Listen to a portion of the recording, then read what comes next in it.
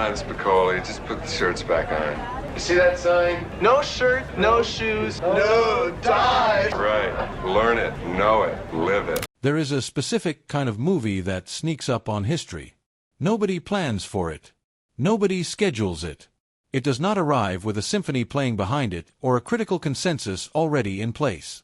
It arrives quietly, gets dismissed by the very people financing it, opens in a few hundred theaters on a summer weekend when the industry has already moved on to something else, and then teenagers walk in, sit down, and recognize something so true about their own lives that they cannot stop talking about it.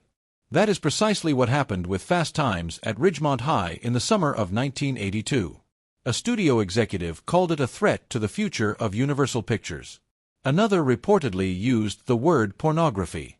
And then kids bought tickets, told their friends, and the film made 6 times its budget without a single dollar spent on the kind of marketing we would recognize today.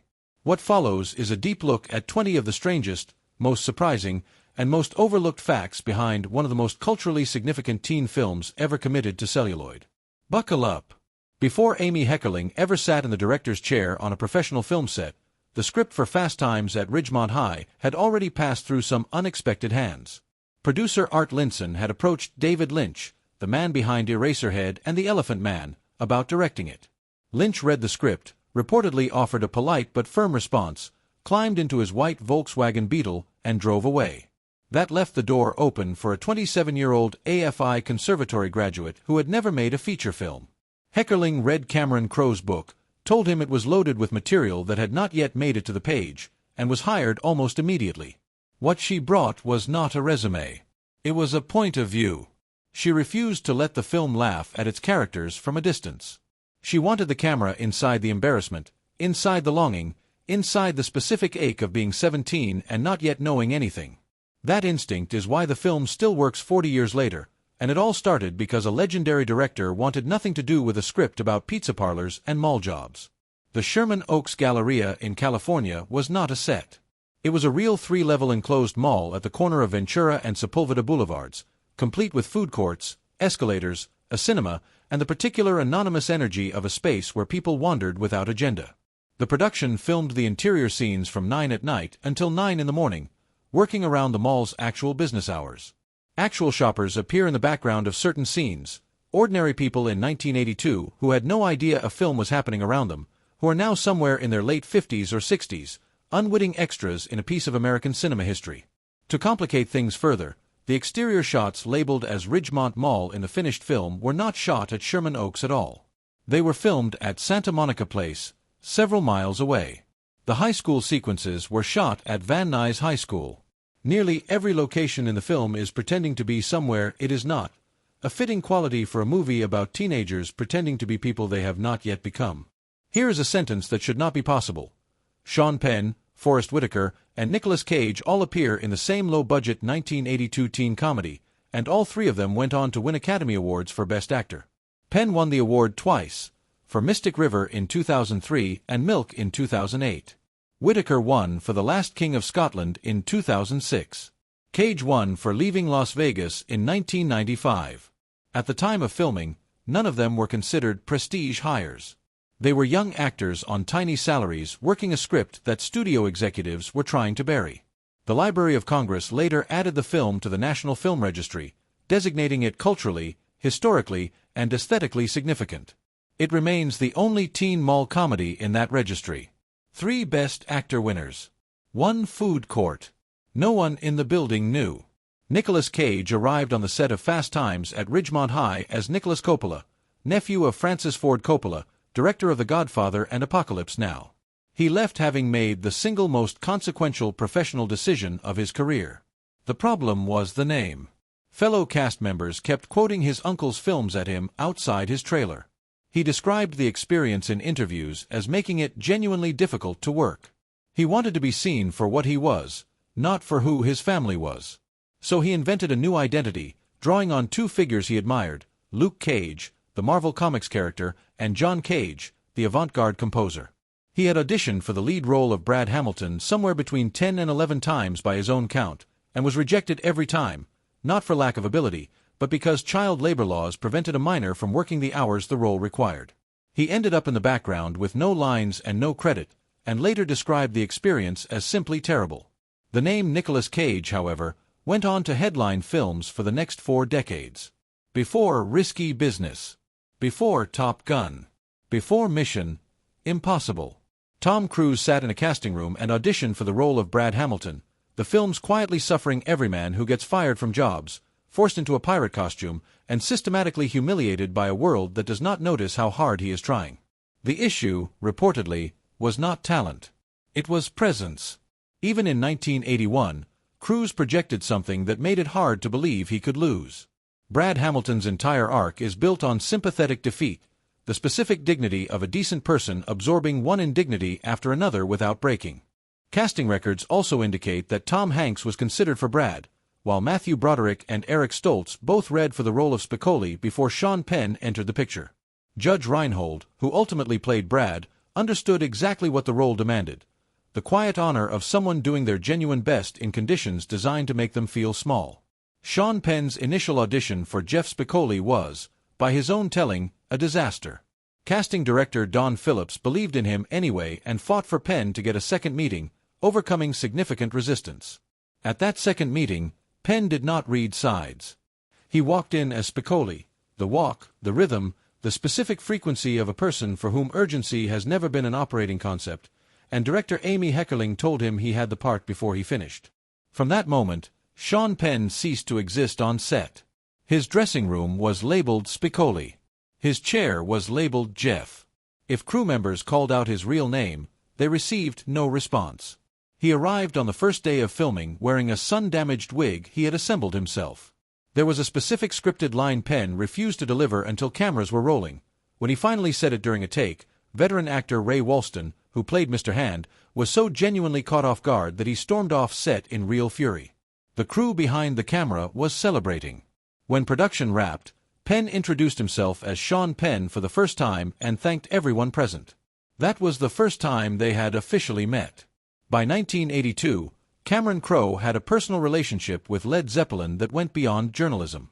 He had toured with them, profiled them, and shared time with them in a way very few writers ever had. When he assembled the Fast Times soundtrack, he wanted Zeppelin on it. Their manager, Peter Grant, said no, as he always said no. Grant had constructed one of the most airtight licensing structures in the history of recorded music. No advertisements. No films without complete creative control. No exceptions, regardless of personal connection. Riding the tour bus did not translate into a licensing favor. So Crowe did something elegant and completely legal. He put Zeppelin into the dialogue instead. In the film's most quoted scene, Damone's 5-point plan for attracting a woman includes the explicit instruction to play side one of Led Zeppelin 4 whenever possible. No license is required for a spoken reference. Led Zeppelin exists in the cultural memory of this film without ever having formally agreed to be there, and without receiving a single cent.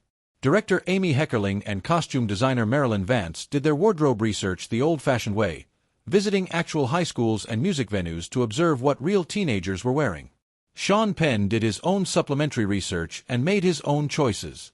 One of those choices was the black and white checkerboard Vans slip-on, a shoe deeply embedded in Southern California skate culture but almost entirely unknown outside the coastal region in 1981. There is no record anywhere of a formal product placement arrangement. No contract. No payment from Vans to the production or to Penn. He simply decided Spicoli wore those shoes, put them on, and wore them for the duration of a film that opened in nearly 500 theaters in August 1982. Teenagers in landlocked states who had never heard of the brand saw the shoes on a character they immediately loved and needed those shoes for themselves. Vans went from regional to national in a single summer.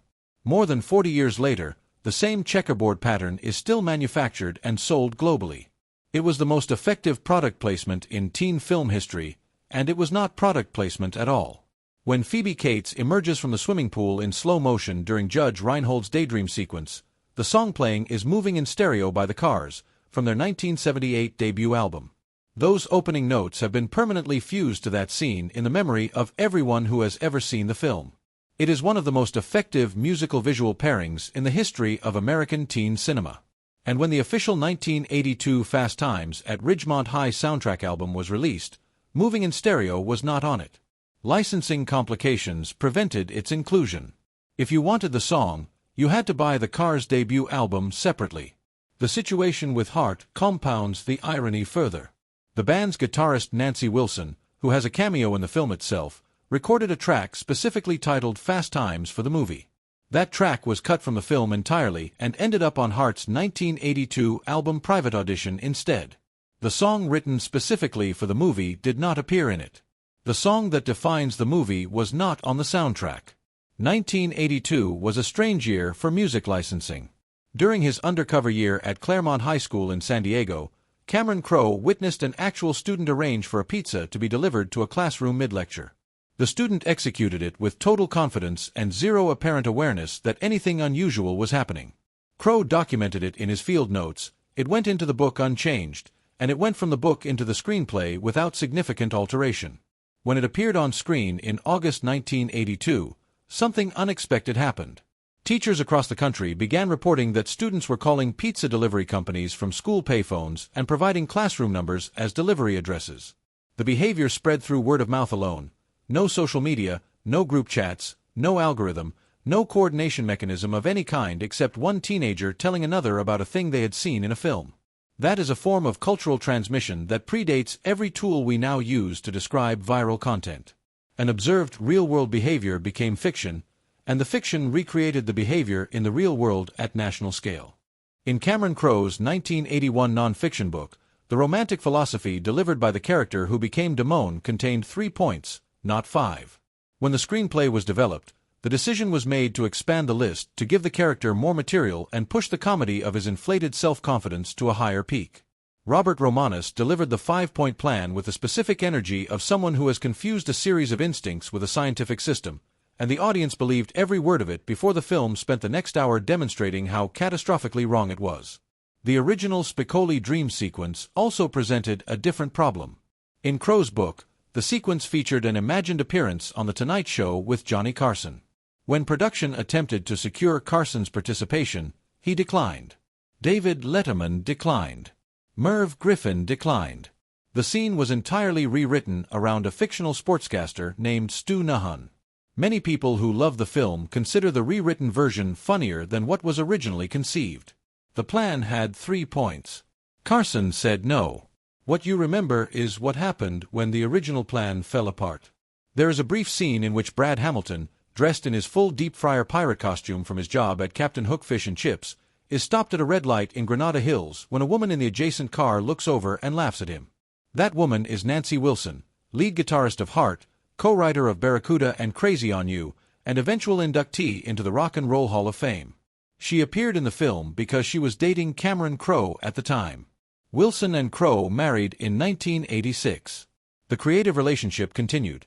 In 2000, Wilson composed the original score for Almost Famous, Crowe's semi-autobiographical film about his teenage years as a Rolling Stone journalist embedded with rock bands. The woman who laughed at Brad Hamilton's worst moment provided the emotional musical foundation for the story of how the man who wrote Brad Hamilton became a writer. Wilson also recorded a song specifically for Fast Times at Ridgemont High that was cut from the finished film. She appeared in the movie, her band recorded a song for the movie. Neither the song nor the full extent of her contribution made the final cut, and she still married the director. Priorities, apparently, were in order. Fred Gwynne, best known as Herman Munster from The Munsters, was the first actor offered the role of Mr. Hand. He declined, citing specific objections to the teenage sexual content and drug references in the script. Ray Walston took the part and constructed one of the most quietly menacing comic performances in the genre's history. Mr. Hand is not a villain in any conventional sense. He is a man who has decided, with total sincerity, that his time is the most valuable resource in any room he enters, and that a student who squanders it is committing something adjacent to theft. When Spicoli argues that since they are both in the room, the time must belong to both of them equally, Mr. Hand does not raise his voice. He takes the pizza. He distributes it to the class with a serenity more unsettling than any outburst would have been. The tension between Walston and Penn on screen carries genuine texture. Penn's improvised provocations caused Walston to leave the set at least once in authentic frustration. Walston reportedly told the production that he had not worked with Billy Wilder to be insulted by a 21-year-old. The crew thought it was the greatest thing they had ever seen. Someone inside Universal Pictures wrote an internal memo in the weeks before the film's August 1982 release stating that the studio's future was in jeopardy if it was making films of this nature. A senior executive reportedly described the film as pornographic and stated that Universal had no intention of releasing it. Executive Ned Tannen overrode the internal opposition but limited the initial theatrical release as a compromise. The film opened on August 13, 1982, in 498 theaters, a deliberately restricted footprint. It made $2.5 million its first weekend. Universal widened the release to 713 theaters. Word of mouth, passed from teenager to teenager with no digital infrastructure, did everything else. The film finished the year with $27.1 million against a production budget of $4.5 million, roughly 6 times its cost. The entire marketing campaign, as Cameron Crowe later described it, was one kid telling another kid about a character who wore checkered shoes, called a teacher a name, and had pizza delivered to class. That was it. That was the whole campaign. Forrest Whitaker was studying at the USC Conservatory, specifically in the opera program, when he auditioned for Fast Times at Ridgemont High. He brought colleagues from his opera cohort to the audition with him. After completing his scenes as Charles Jefferson, the football player whose prized Camaro gets wrecked by Spicoli, Whitaker went directly to San Francisco to continue his conservatory studies. The film was not part of a career plan. It was a detour. What he brought to the role, a controlled, interior intensity that made an ordinary moment feel like pressure quietly accumulating, was the same quality that would earn him the Academy Award for Best Actor 25 years later. Acting, apparently, works the same way whether you are playing a football player in a teen comedy or a dictator in a prestige drama. The instrument is the instrument. Sean Penn did not build the character of Jeff Spicoli entirely from Cameron Crowe's field research.